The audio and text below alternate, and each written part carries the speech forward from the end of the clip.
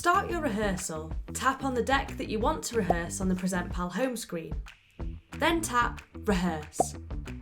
You will be taken to a screen where you can see all of the information about your past rehearsals.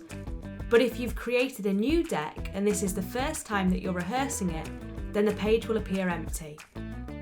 Simply tap Rehearse on the right-hand side of the screen. Choose if you want to rehearse with a slideshow or just on the device, and begin your rehearsal. When rehearsing your slides, simply go through your material as you would during a live presentation. Talk out loud and practice switching between the flashcards. Once you have finished your practice session, you can review the entire rehearsal. Here, you'll be able to review and listen back to each flashcard. Tap Good or Needs Work to remember parts that need amending. You can choose from 4 options. Once you are done reviewing your flashcard, you can move on to the next one. When you are done reviewing the whole deck, tap Next. Here you can rearrange the flashcards, delete them, or add a new one.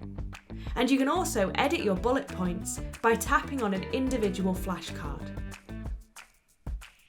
Once you have refined your deck, tap Rate on the top right-hand corner of the screen. Tap Save if you are happy with the changes you made. And remember, you can always go back and edit your deck after you've completed your rehearsal, but you won't be able to listen back to your practice session.